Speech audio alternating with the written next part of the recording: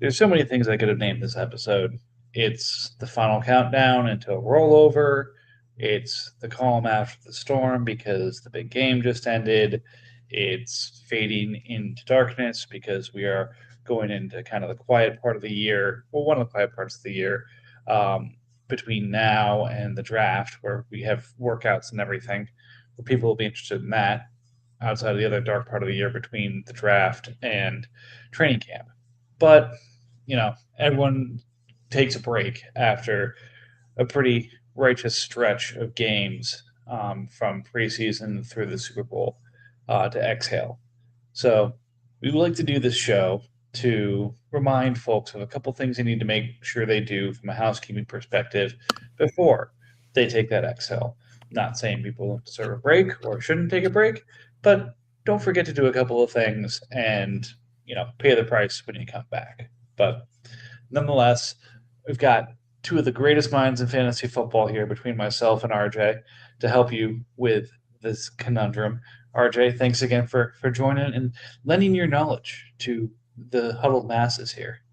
Yeah, I do my best. I don't know if it's knowledge. I just like to say things. Well, we'll call it knowledge. And who knows? If we really get big in our own heads, we'll start calling it wisdom. But, anyways, as Jeremy mentioned in his email after the Super Bowl, there's a couple things we have to do before rollover really gets going here. MFL was down for a bit today as they prep for rollover, so I can only imagine sometime in the next 48 hours they're going to do their rollover to the 2026 season, which means, again, shortly after, we'll start our process of rolling over. So, as the main site of the league says, um, we have to have everything finalized by February 21st, because that's when we'll do our rollover. So 11 days to get everything straightened out. So that's what we're going to start talking about. We're going to go team by team and say either good to go or watch out because there's stuff still on your taxi squad or IR. So, for example, we'll start at the top of the rosters page. The Steelers and Packers are in good shape. They've got everyone activated off of their taxi squad and their IR. They're under the salary cap and they're under the year's cap. So, good for you guys to start things off. Next, we've got the Browns and the Ravens, who both have some violations that we get to talk about. Unfortunately, the Browns' violations aren't super exciting, I'd say. You've got Lan Larison, you got MJ Stewart, and you got Hunter Wohler. Um, my expectation here is that maybe he's put them on his IR thinking that Jeremy's going to cut them anyway off the IR, so might as well just leave them there for him to be cut.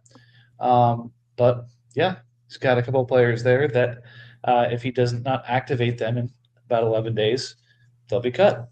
Am I wrong, or is any of these guys, or any of the guys of Land, MJ, or Wooler worth saving?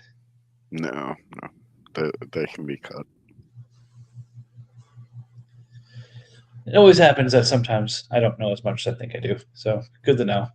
Um, Moving over to the Ravens on IR still, you've got Curtis Rourke, you've got Tutu Atwell, Noah Brown, Javante Jean Baptiste, and Micah McFadden. Um, some of these are going to be challenging and some work to be done to activate them since he's got 3.4 million in cap space and 9 years left. And in terms of the players that I just listed, that's 14 years worth of cap space, and he needs back of the envelope about 10 million to be able to activate them. I'd imagine, especially McFadden, in his role as sort of a middle linebacker in that Giants scheme, is going to be someone to activate, as well as Tutu, who I think did score some points in the postseason. Not necessarily as much as the big guys in that offense, but definitely a piece you got to make some room for. Um, is there anything obvious on his roster that he just needs to cut to make the space? I mean, he's got Dalton, he's got Ashton Doolin, punter and kicker, Dondra Tillman. Is Mm-hmm. he tagging him? Doesn't look like it. Not sure they should either way, but yeah. So if he just cut some of the expiring contracts that he has, that'll give him enough space to activate these guys. So I don't know why he hasn't done it yet, but if he just does that, then problem's taken care of. Yep. Cut 2 cornerbacks and a defensive end, and he can fit most of that. Yep. Moving on down. The Texans, again, shockingly, need to do some work on their roster. Kyler is on IR. Also there, Jalen Conyers, Daryl Washington, Foley Fatukasi, Omar Norman Lott, Michael Hotek, Braylon Rice, Sean Murphy Bunting, and Justin Wally. Again, from a year's perspective, I think he's okay. He's close if he activates everyone. He may be a year or two off. Let's see, 7, 8, 12, 14, 17. He's got 21 on IR and 20 years available. So he's got the space there. And then from a cap perspective, I think he's also okay. I'm seeing he needs probably a little over 20 mil, and he's got 38 mil in cap space. So I understand keeping the space clear to be able to make moves, but we're at the point where, hey, just make sure you've got a legal roster and make moves off of that so you don't put yourself in a bad situation. Yeah. I mean, I say for the league's amusement, just let it go to rollover and have all these guys get cut. But I mean, it would be better practice just to promote all of them. Yeah, that will be one of those. There's moments being a commissioner where you're just like, please don't do this because I don't want to deal with the fallout if you do. Like, yes, having him do nothing and having Kyler Murray get force cut and sent to get sent to free agency, and actually having some potential pieces as a result in free agency would be interesting. But just as a commissioner, be the fallout of that, just like I don't want to deal with that, and no one who is a commissioner would want me to us to have to deal with that. Oh yeah, they're assholes. just the thought of him going to free agency would be the amusing part, but everything else that comes with it has no appeal. The really interesting part would be, because we're in a world where you can't double or triple renegotiate Brock Purdy to a point from $116 million contract to something reasonable. What would Kyler go for on the open market right now? Are we talking an $80 million contract? And then what does that do to quarterbacks across the league? Like, it may take somebody like that to completely reset the market for quarterbacks and make the drafted quarterbacks so much more valuable. But I'll tell you, that would lead to a lot of interesting changes in the league as a result of non-activation. So, the commissioner side of me hopes that he logs on and takes care of it. The anarchist side of me, back when I started playing Dynasty football, is kind of hoping he forgets. But yeah, that's the schizophrenic nature of me. All right, Colts, do something with Jamie Robinson. Moving on to Jags. I think he's got most of his roster in order. Yeah, he's got everyone activated now. There was a time where he had a good portion of stuff on IR, but he's got everything legal. Full 100 years, $8 million left. Just roll it over and then see what it's time to do with some of the pieces that may not be active if he wants to build on his championship last year. Not championship, his division title last year. Titans has Amari DeMarcado, Tyler Davis, and KJ Henry still on his taxi, and no players on IR. Plenty of cap space, plenty of years, not a lack of roster space. This is just a come on, get online and fix the thing. Yeah, don't lose Tyler Davis. All right, Bills. Let's see. Injured reserve: Eric Gray, Starling Thomas, and Corey Trice. I would say, Gray didn't exactly turn out how everyone had hoped. Kind of buried there, but Not sure if these are players he's intending to cut or just, forgot to leave them there. But Eric, I would recommend one way or the other, get on and just clarify what's going on there. Moving over to the Dolphins, Dante Miller, Blake Watson, and Elijah Badger. Just look, I guess you can cut them or Jeremy can cut them. You're clearly not keeping these guys. But I don't know. Maybe that's something that we need to think about. I'll ask Jeremy, and we'll put it on the consideration for next year. I think if we have to cut the player, we still process that cut in this year's as if it was a cut this year. Maybe something we need to think about is if somebody leaves it on IR or practice squad or stuff like that to be cut.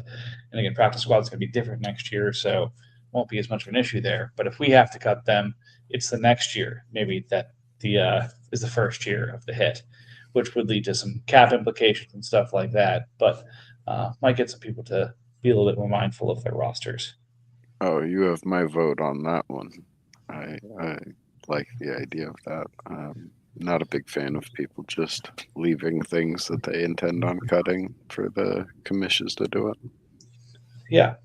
And again, that way, a little bit of help doing I'm cutting this player, the cap hit and things like that means that all we have to do is go through and update things instead of having to sort of clean up your group for you. All right. Jets has some things to activate. Nico Remigio, George Kittle, Eddie Goldman, Felix Dunike, Uzoma, Tony Adams, and Caleb Bransaw. So it's Kittle that needs to get activated. He's got the space and he's got the contract here to do it. And then he's got Jacob Sailors on his taxi squad. Scored 67 points this year. I did not know who that was. I guess he's a returner on the Lions. So some pieces that make some sense to activate here between Nico and Kittle and maybe Sailors.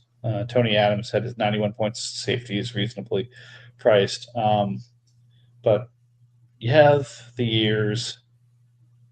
You have the money, I think. He's got 7.2 million. He needs less than that. So this is, again, just activate your shit. And he has the roster space. So somebody shake Jets and tell him to get on here and fix his shit. Pats is good to go. Bill, man, you might lose Hunter Deckers, DJ, fuck that guy, and Jackson on your taxi squad as your cap fillers. Again, this is the exact situation for we need to have this rollover next year so that, I can't activate them. Oh, no. Oh, wait, now I have a $15 million cap hit next year when I don't want it versus taking it this year. So, Bill, just cut those guys. Come on. Chargers. Looking good. Chiefs. Isaiah Williams and Marlo Wax still on his taxi squad. I think, are any tags applied to Isaiah Williams? I think he's trying to move some of those guys as potentially tag candidates. But I think that may not end up working. Raiders, Spencer Rattler and Ty Robinson sitting on his taxi squad still. So maybe he's hoping somebody steals them. Who knows? Anything else you're seeing popping out in the AFC before we move to the NFC? Oh, Spencer Rattler on the taxi squad's an interesting one. No, nothing else that really sticks out. Hats off to everybody that is doing what they're supposed to and promoting everybody and whatnot. Yeah, it's nice to help your commissioners out here. All right, NFC. Bears and Lions. Lions are looking good. Bears taxi squad has Braden McGregor. IR has Terrell Jennings, Dean Lowry, and Chris Lamons. It has cap space, and they're 1-year guys. So, I mean, activate them and let us cut them on rollover here, and we'll cut them, or just save everyone the time and effort and just cut them. Come on. All right. Bengals. Bam Knight, Darren Waller on IR, both 1-year guys.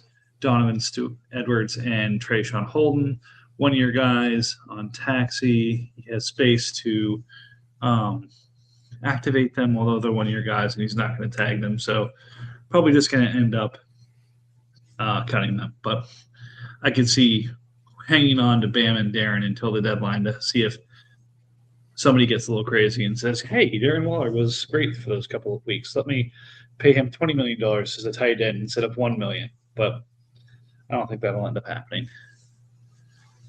I'll call my own foul here. I still have 4 players on my IR: Walter Nolan, Adisa Isaac, Michael Williams, and Kirby Joseph. I have cap space to activate them. I just am working through the years aspect of things right now. I know who I'd want to cut, but seeing if I can make a trade or two happen first before activating. So I've got a couple of days left to make that happen. If you are interested in a consolidation trade, come find me, and we'll see if we can make something work. But yes, I recognize I am on said naughty list for getting these guys activated before rollover. Buccaneers and Falcons. Bucks are looking good. Falcons are looking good. Panthers and Saints, both looking good. Cowboys and Eagles, both looking good. Hey, NFC, top marks here. You know, I'm the only asshole. Mm-hmm. Giants and Commanders. Giants have Zay Jones, Josh Metellus, and Ja'Cory Brooks. I'd imagine Metellus is going to get activated. He's got the 3 years in space, and he's got the cap space to just do that and be done with it. I wouldn't be shocked if Giants is trying to take the same route I am of making a few more moves in the process and just wants to have the space on this roster to be able to send offers right now. But he's got the route to getting this sat.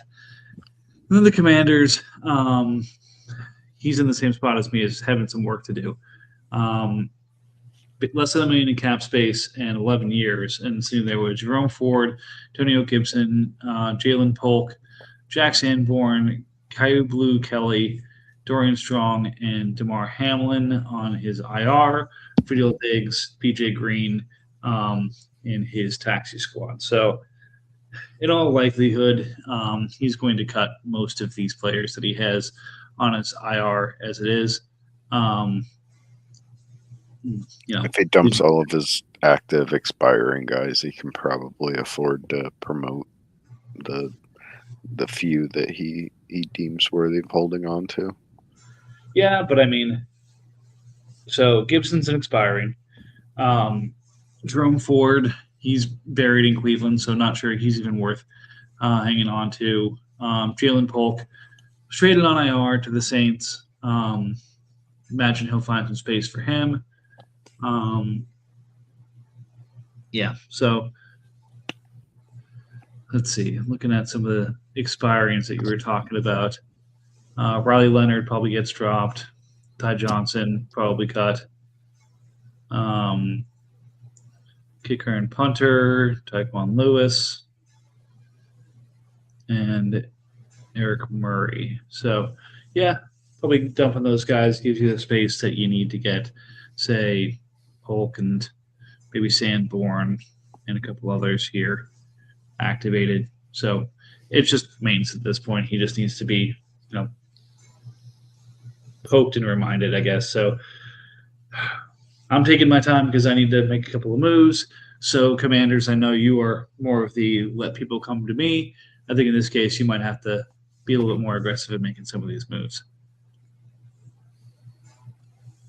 All right. NFC West, 49ers, Ronnie Bell, Tommy Mellott, and Mohamed Diabate on his taxi squad.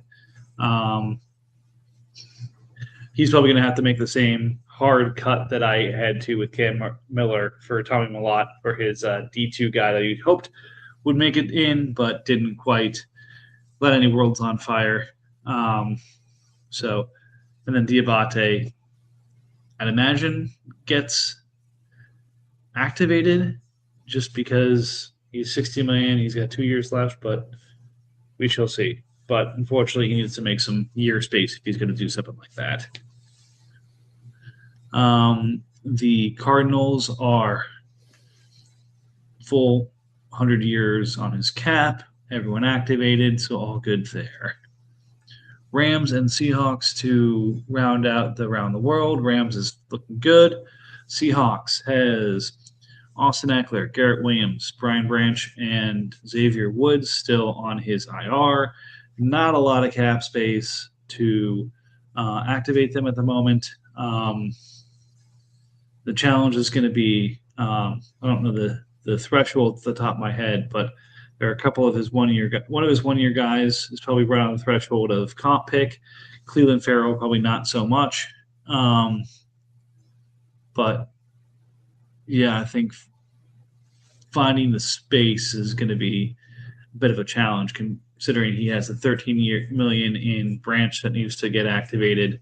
And then the other sort of 10 million for the rest of these guys combined.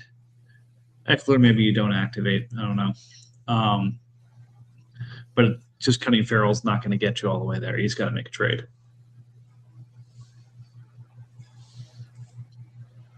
So if you're looking for people to trade who need to make some moves, looks like Seahawks and I are your teams. For the most part, the NFC has taken much better care of their rosters than the AFC.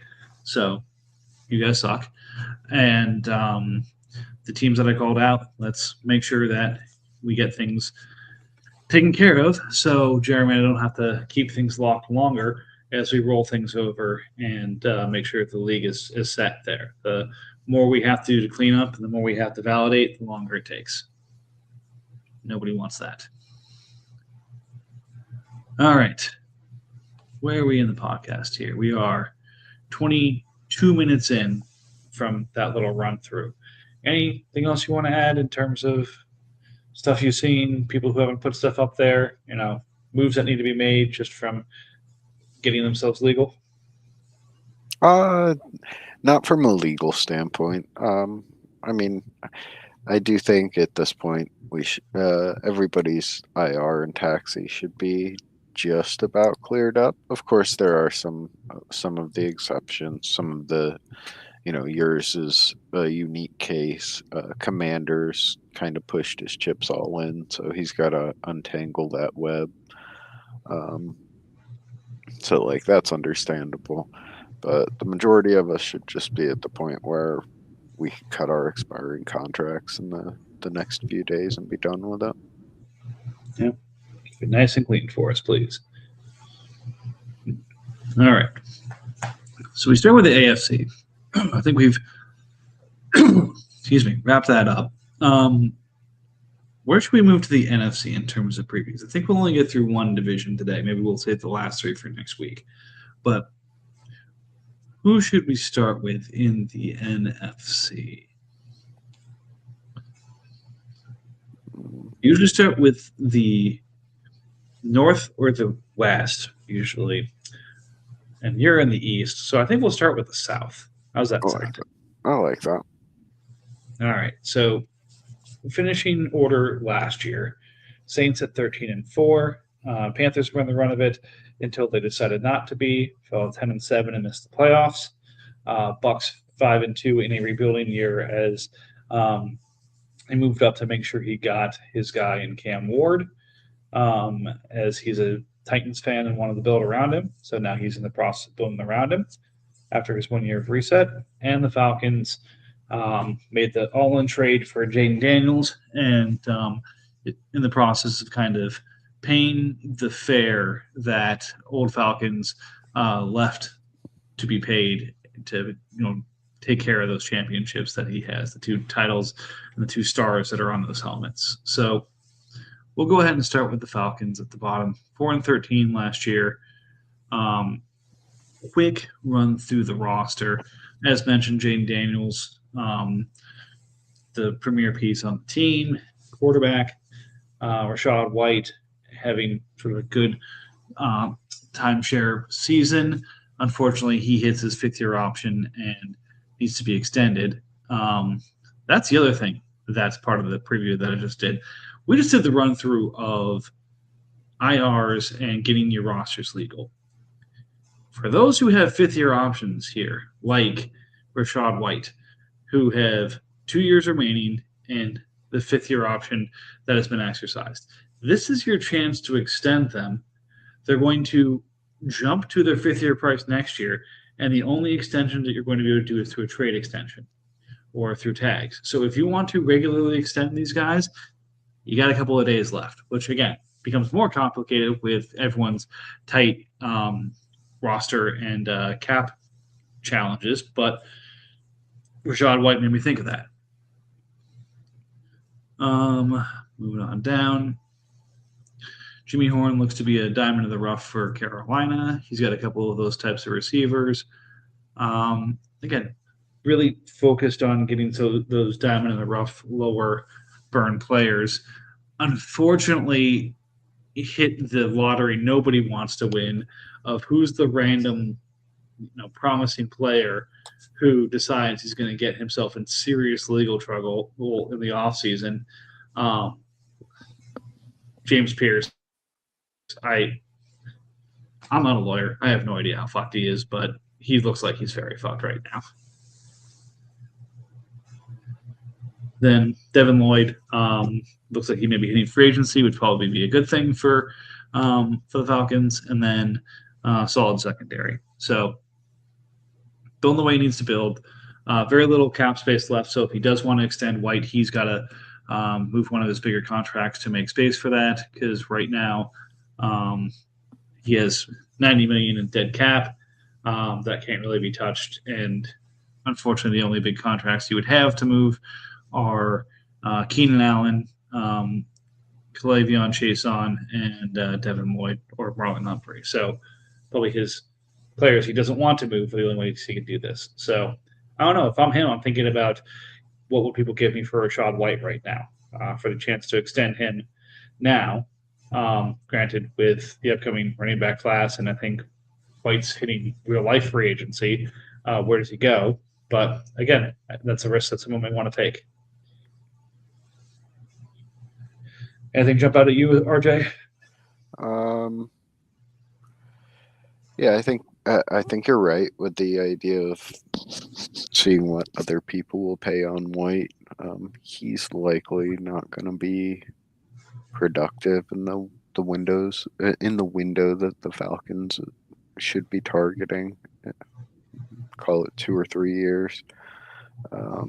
Pierce is unfortunate, so that looks like it's going to be a hold.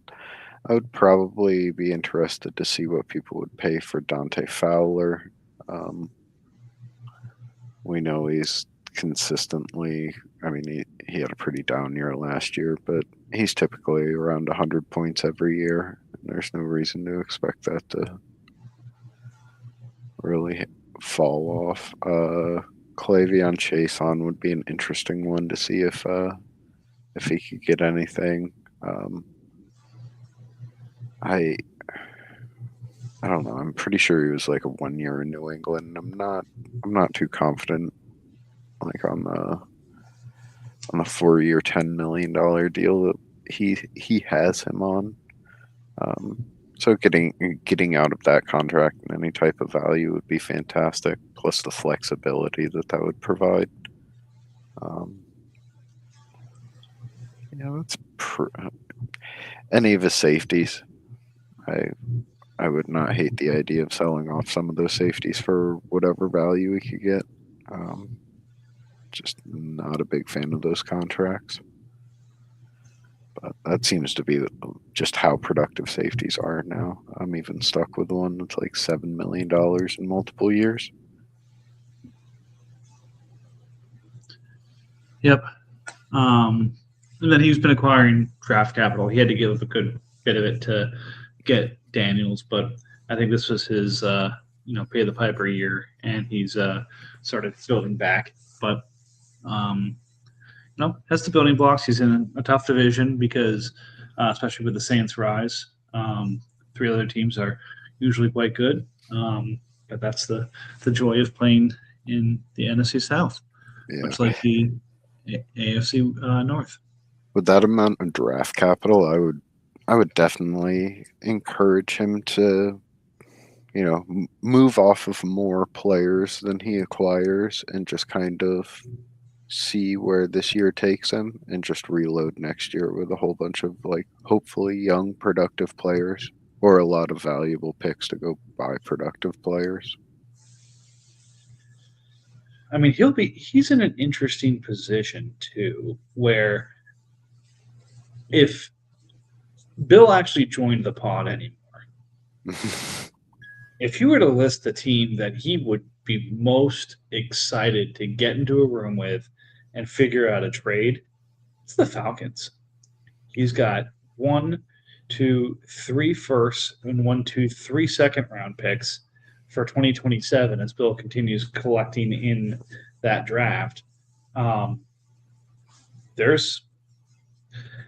If you wanted Jeremiah Love, for example, as another piece to build around, you probably could move some of that 27 capital right there and get the first pick just with that from Bill. Yeah. Again, you probably want other things back in 26, but hey, there's different ways to build the team, and that's one way to potentially do it.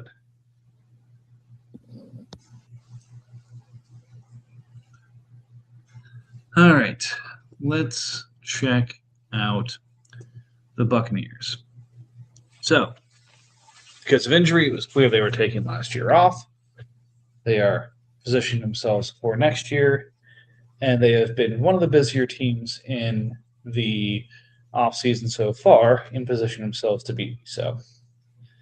So, as I mentioned, made sure they got Cam Ward, but also made a sneaky grab of Malik Willis, who is likely going to be in the starter conversation someplace this offseason. Devon Achane and Keaton Mitchell at running back. Devontae Adams, Jordan Addison, Zay Flowers, and Ricky Pearsall is a nice foundation of a receivers room. A.J. Barner, Greg Dulcich, Colby Parkinson, Jatavion Sanders. Again, depth at the tight end position. He's just building out depth everywhere again. Linebackers looking good with a Roquan acquisition, Fred Warner acquisition when he got injured, Overshown.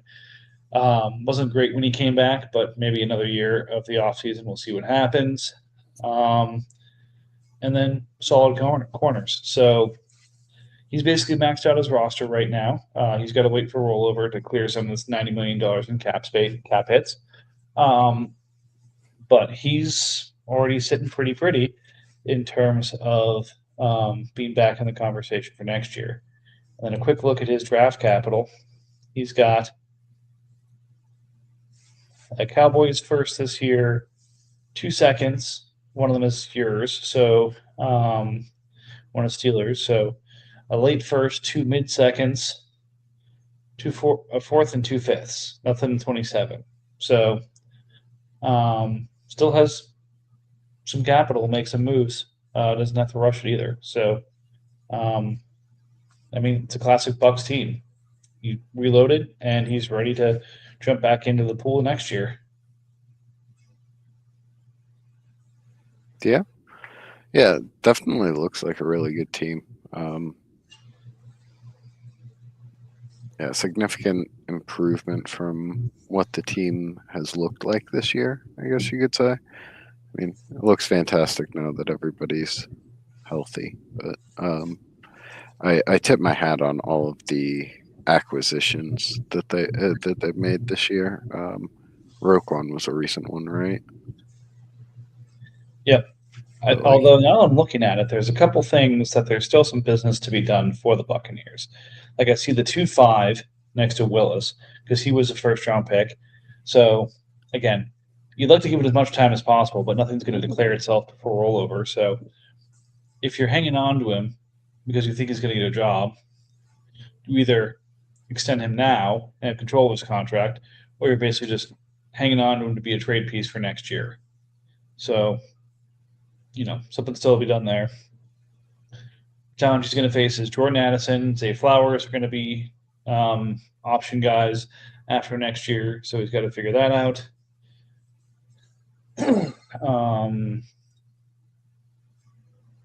I don't think there's any really other major contract issues, but unfortunately, since he's right up against the cap in years and in salary cap, extending Willis may have to not happen at all.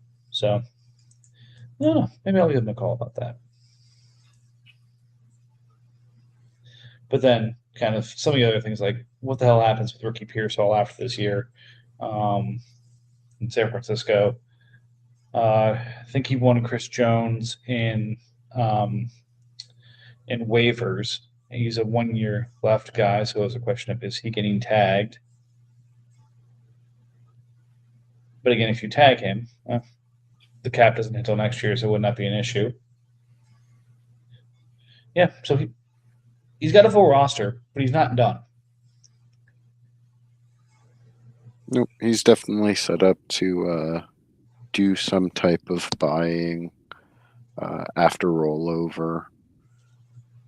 So yeah, it's a really good roster. Yeah, but again, I'd like to see him make a couple more things, get a couple more things done this year if he could. I think he can. He's motivated and does a good job when he's motivated. All right, Panthers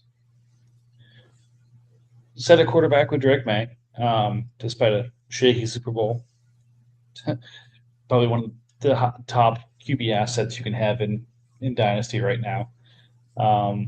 Obviously, from a point scoring perspective, not on the level of Allen, Mahomes, or Hurts, even though his points last year definitely put him in that conversation.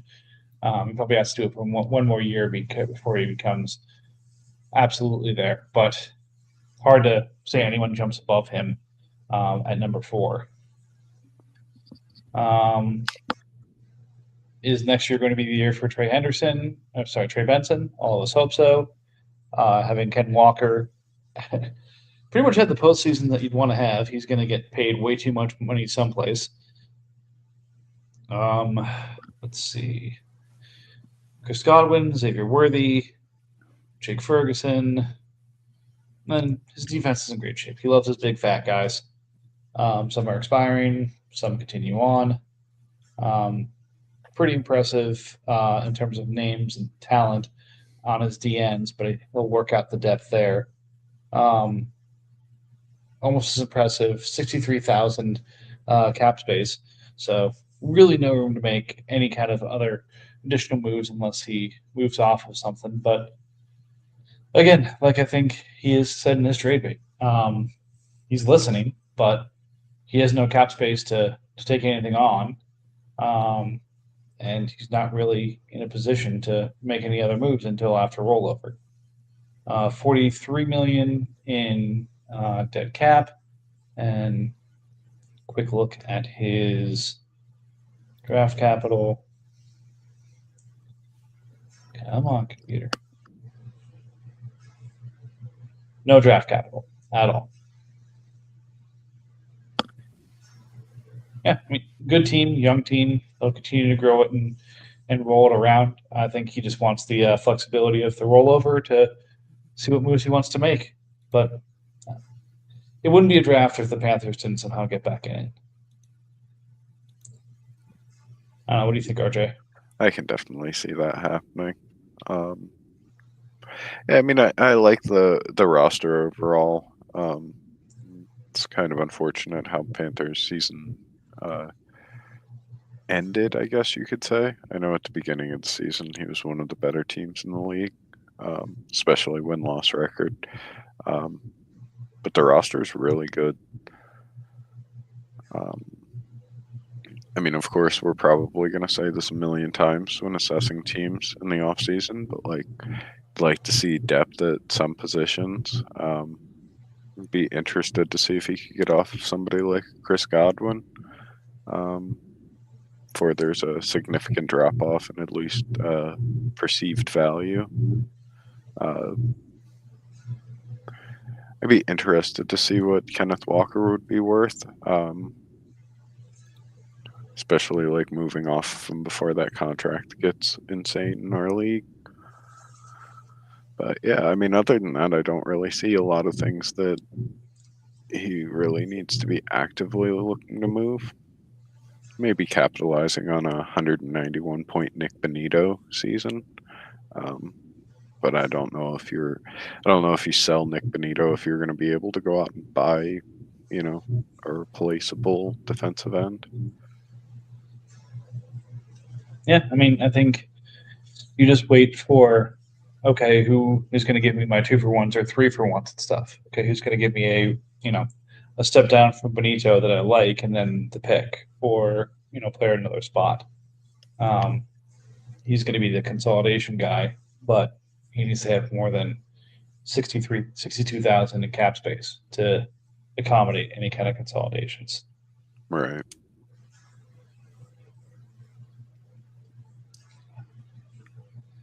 All right. Finishing up with the Saints.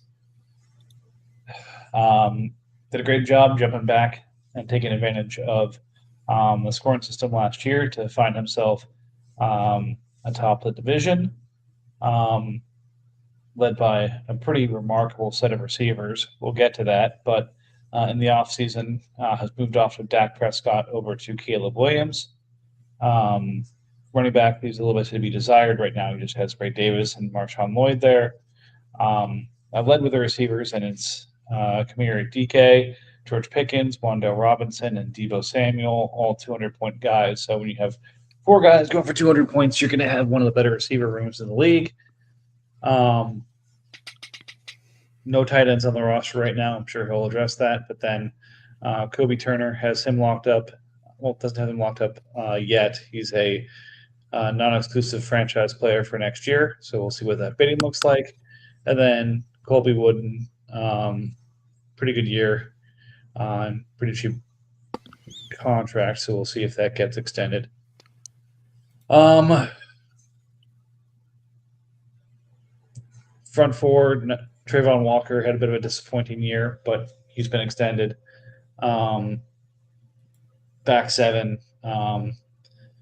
Ernest Jones and Alex Singleton, very, very nice.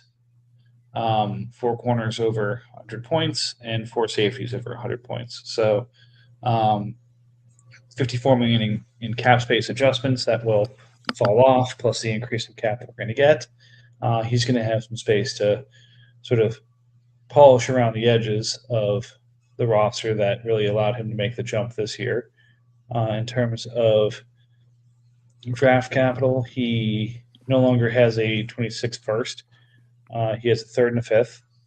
He has 227 firsts and a 2nd, and then a bunch of 3rds and some later picks. But again, I think it's a lot of for him is going to hinge on what happens with George Pickens and DK. I think Pickens is probably going to get franchise tagged by the Cowboys, and then what happens? Although my favorite fake trade so far that I've seen in the talk shows is if Dallas called Houston and said Stroud for Dak straight up, who says no?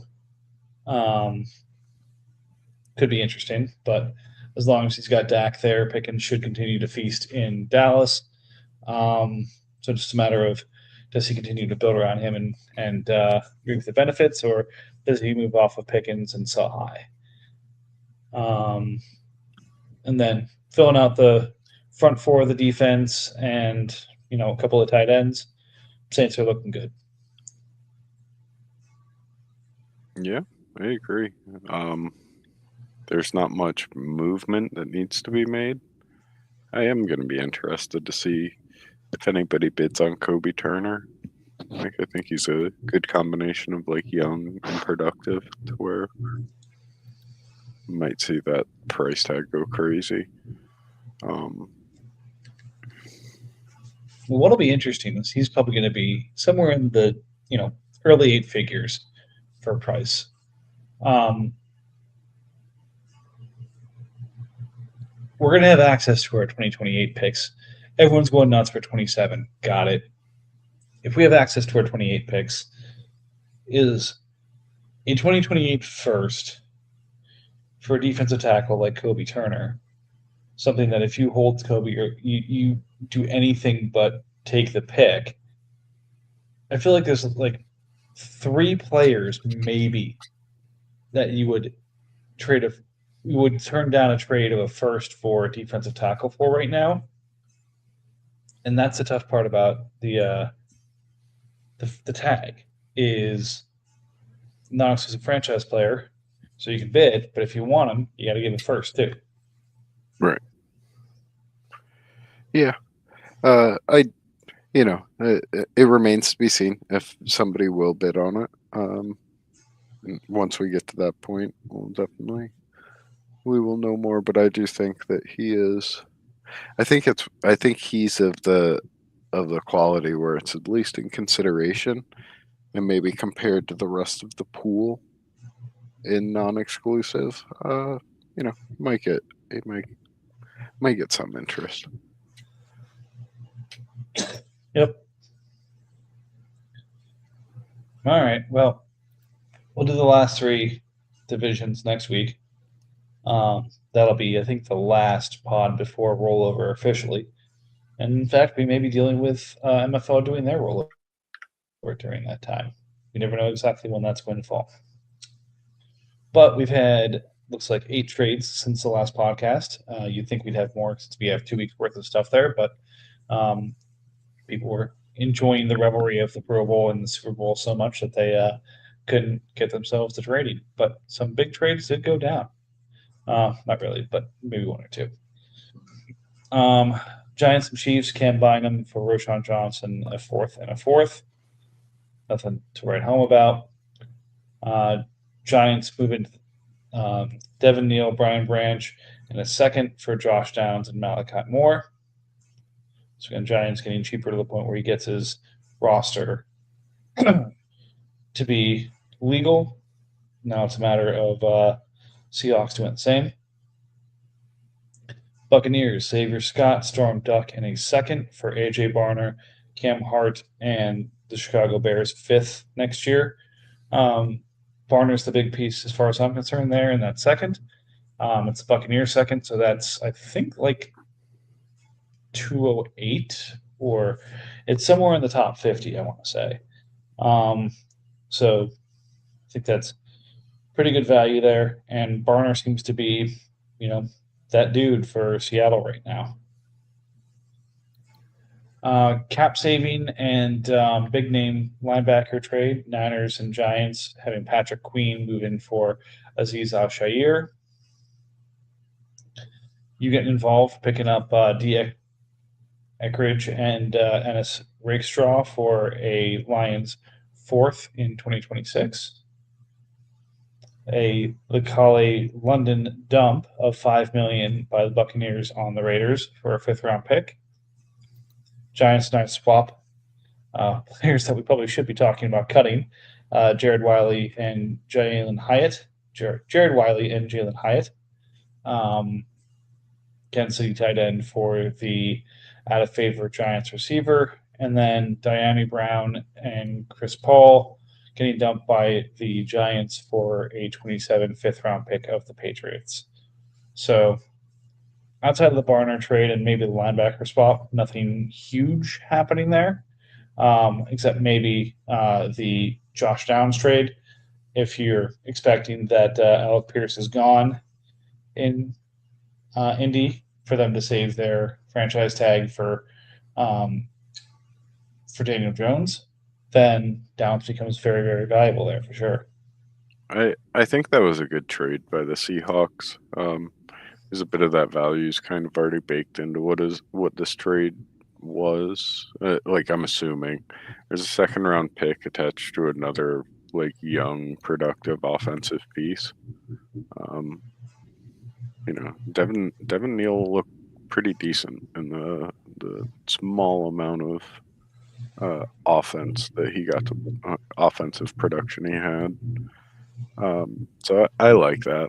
You know, you're basically swapping a productive. Is Branch expensive? I can't click on the name and see contracts anymore. So, yeah, Branch is somewhat expensive, so you get a downgrade in some production and cheaper with Malachi Moore. But yeah, I think that Seahawks did a fantastic job of just getting an extra second round pick out of this.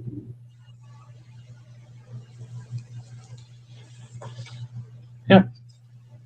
All right. Well, we went over last time. We're a little bit under the hour this time, but I feel okay about that. We've got 3 divisions to go next week, and then we will be officially in the 2026 season. Even though only a few of us really have to make moves between now and rollover, it's always encouraged for everyone to look for ways to make their team better. So we went through every team in the league at least once tonight. Hopefully, got inspired to do a couple of things. And if not, well, we'll try and inspire you next week. RJ, as always, appreciate you being on. And yeah, good hunting, everybody.